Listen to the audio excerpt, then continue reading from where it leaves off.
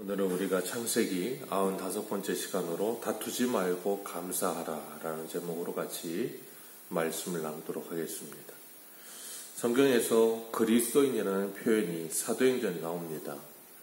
안디옥 교회의 성도들이 사도 바울과 바나바를 통하여서 1년 동안 하나님의 말씀을 양육받고 그리고 그 말씀에 순종하여 변화된 삶을 살아가는데 그 안디옥 교회 주변의 사람들이 그들을 보면서 그리스도인이라고 불렀어요.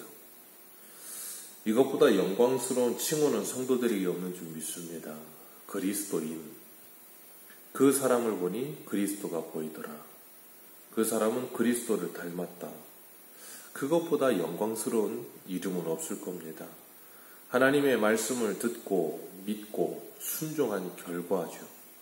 하나님의 나라는 말에 있지 않고 능력이 있다고 하셨어요. 그 말씀에 순종하는 데 있지 말씀을 듣는 데 있지 않습니다.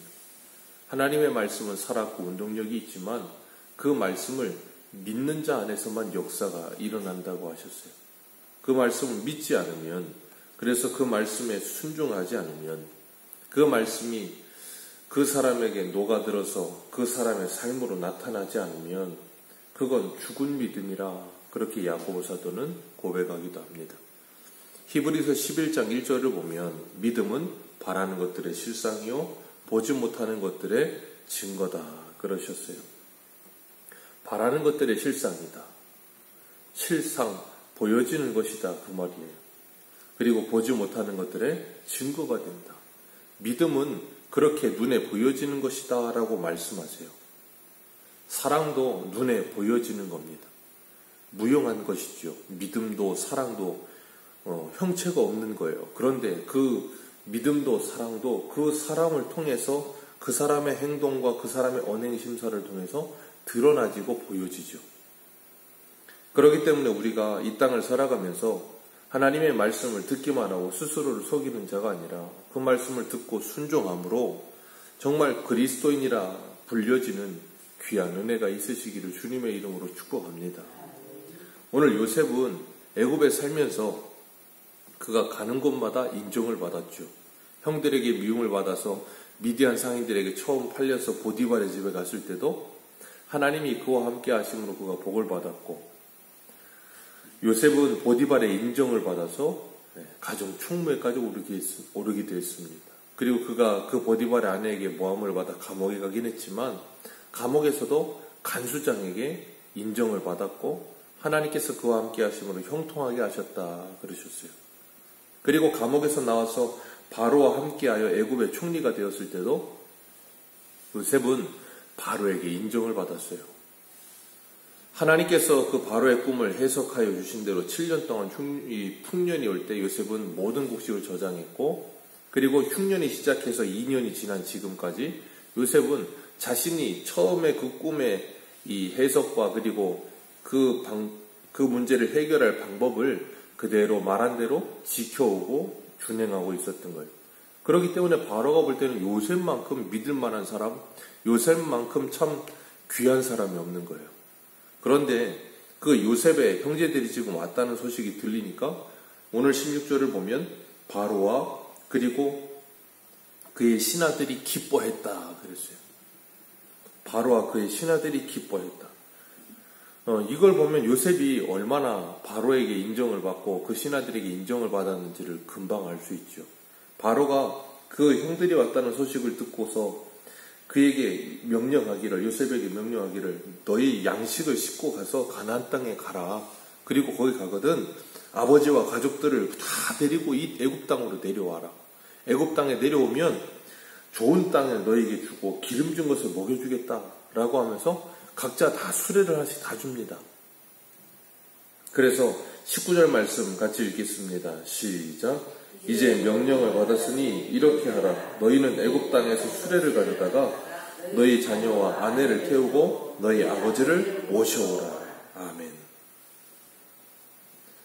다 데리고 18절에는 내게로 오라 그렇게 하고 19절에는 모셔오라 그러면서 수리를 다 줬다. 오늘날로 말하면 자가용 한 대씩 다 줬다는 거예요. 그리고 다 태워갖고 오라는 거예요. 그러면 알아서 다 책임져 주겠다. 이것보다 좋은 모습이 어디 있습니까?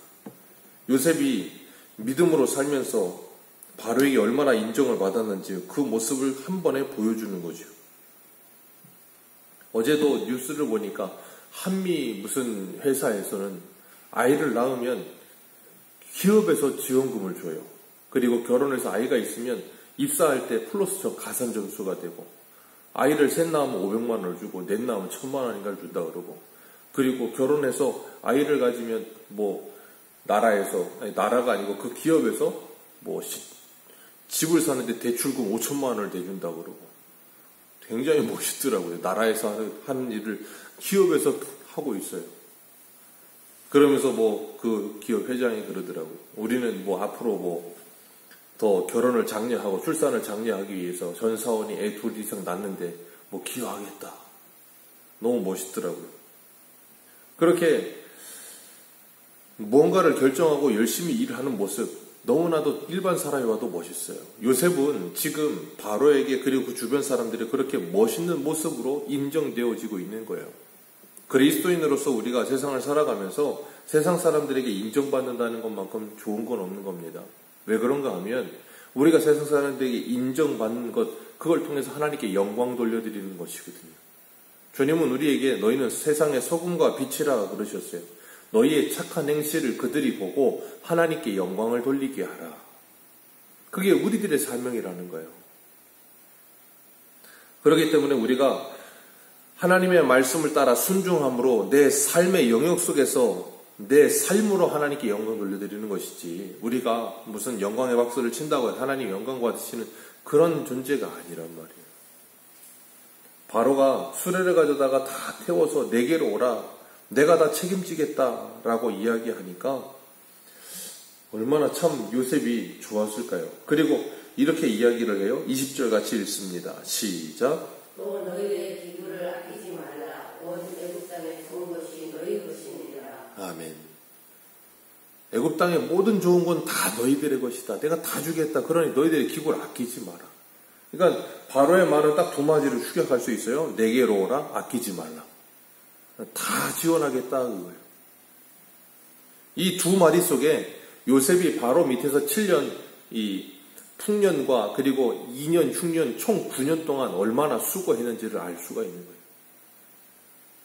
그렇게 극진히 대접을 하고 수레를 양식을 다 채워주고 그리고 형들에게 옷 한 벌씩 다 나눠주고, 그런데 또 요셉이 여기서 22절에 베냐민에게는 은 300과 옷 5벌을 주었다. 전에 식사를 할 때도 베냐민에게는 음식을 5배나 주더니 옷도 5벌을 줘요. 형들이 어떤 생각했을까요? 야, 아버지도 저렇게 편애하더니 쟤도 편애하는구나. 그랬을까요? 분명히 형들은 베냐민에게 음식을 5배를 줬을 때 함께 먹고 즐거워했다 그랬어요. 그리고 베냐민에게 5벌을 줬는데 그 요셉이 그렇게 하고 나서 24절에 뭐라 그래요? 같이 한번 읽습니다. 시작. 이에 형들을 돌려보내며 그들에게 이르되 당신들은 길에서 다투지 말라 하였더라. 당신들은 길에서 다투지 말라. 요셉은 알아요. 만약에 가다 형들이 또 이것 때문에 싸움 나면 안 되니까 당신들은 길에 다투지 말라. 그렇게 말하고 있어요. 사람은 참 복잡 미묘합니다. 분명히 요셉을 만났을 때 형들은 두려워서 그리고 어안이 벙벙해서 아무 말도 못했었거든요. 요셉이 다 화해하고 그리고 나서야 이야기를 했는데, 그리고 나서 요셉이 바로에게 이 받은 모든 것을 다 나누어 줬어요. 이건 공짜로 준 겁니다. 은혜로 준 거예요. 요셉이 형들이 뭔가를 잘해서 준 게 아니에요. 그러면 형들은 이렇게 요셉이 다 모든 걸 나누어 줄 때 얼마나 좋았겠어요. 수레까지 주워가면서 모든 양식을 다 주워가면서 데리고 와라, 다 책임져 주겠다, 바로가 그랬다. 그러니 얼마나 기쁘겠어요. 얼마나 고맙겠습니까. 그런데 그렇게 기쁘고 고마운 마음이 베냐민에게 5배의 옷이 가면 그때부터 불평과 원망이 나오는 거예요. 왜 우리한테는 안 주고 쟤한테만 저렇게 더 주냐고. 그게 사람의 참 이상한 심보입니다. 분명히 받을 수 없는 존재인데 그렇게 받았어요. 그러면 받은 걸로 감사해야 되는데 감사하다가 또 저 사람이 더 받으면 그게 감사가 아니고 원망이 되는 거예요. 다른 사람과 나를 비교하는 순간 지옥의 문은 열리는 겁니다. 비교하기 시작하면 원망이 터져 나오고 시기가 터져 나오고 질투가 터져 나오고 왜 나는 5개고 쟤는 1개고 왜 나는 5개고 쟤는 10개고. 근데 우리에게는 그런 게 중요한 게 아니거든요. 왜냐하면 모든 게 하나님께서 우리에게 은혜로 주신 거란 말이에요. 그렇기 때문에 우리가 달란트 비유도 알지만 5달란트, 2달란트, 1달란트 받은 사람들 딱 2종류입니다. 열심히 일했느냐 그리고 일하지 않았느냐. 남겼느냐도 되지만 5달란트를 받은 사람은 5달란트 남겼고 2달란트 받은 사람은 2달란트 남겼고 그 두 사람은 칭찬이 똑같아요. 5달란트를 남겼든 2달란트를 남겼든 칭찬이 똑같습니다. 왜요? 5달란트 받은 사람은 5달란트만큼 일하면 되고 2달란트 받은 사람은 2달란트만큼만 일하면 돼요. 그런데 1달란트 받은 사람은 일하지 않았어요. 그게 책망이었죠. 그렇기 때문에 우리가 각자가 달라요. 하나님께서 은사대로 우리에게 주시고 각자가 성별도 다르고 키도 다르고 지적 수준도 다르고 경제적인 차이도 나고 다 다릅니다. 그게 같아질 수는 없어요. 이 땅에서는 그렇게 다 차별이 있어요. 다 다릅니다. 그러나 차별이 있다고 해서 불공평한 건 아니에요. 왜냐하면 이 사람이 못하는 걸 저 사람이 잘하기도 하고요. 저 사람이 못하는 걸 이 사람이 잘하기도 해요. 그렇기 때문에 공평한 거예요. 근데 우리는 공평한 게 아니라 차별이 없었으면 좋겠다. 차등이 없었으면 좋겠다. 다 똑같았으면 좋겠다. 그런 생각을 가는 사람들이 있어요. 아니라니까요. 어떻게 그럴 수가 있어요? 그러면 재능도 다 똑같아야죠. 근데 다 다르잖아요. 그런데 사람들은 그걸 자꾸 불공평하다는 식으로 생각을 해요. 그렇지 않습니다. 하나님은 그래서 우리를 교회로 부르셨을 때 어떤 사람은 손의 역할을, 어떤 사람은 발의 역할을, 어떤 사람은 머리의 역할을, 어떤 사람은 귀의 역할을, 각자 역할이 다 다르게 하셨어요. 그래서 모두가 다 소중한 겁니다. 그렇기 때문에 우리가 이 믿음의 길을 걸어가면서 잊지 말아야 될 것, 하나님이 우리에게 주신 것에 감사할 줄 아는 마음을 갖는 것, 하나를 주셨던 5개를 주셨던 감사하는 마음을 갖는 것, 각자에게 딱 알맞게 하나님께서 우리에게 주셨다는 걸 인정하는 마음을 갖는 것, 그런 믿음을 갖는 게 복이에요. 그래서 다툼이 가득한 세상에서 다투지 않고 화평이 이루어지는 삶을 살아내는 것, 예수님이 그것을 위해 오셨잖아요. 예수님은 이 땅에 화평을 외치러 오셨어요. 그리고 우리에게도 화목하라 그러셨어요. 하나님과 우리 사이를 화목하게 하셨고 유대인과 이방인의 막힌 담을 예수님 육체로 헐어주셨고 화목하게 하셨고 하나 되게 하셨지 다투라고 하지 않으셨어요. 그렇기 때문에 그 예수 그리스도를 믿는 하나님의 자녀들은 우리가 가는 곳마다 그것을 하나님의 나라 만드는 귀한 은혜 있기를 주님의 이름으로 축복합니다.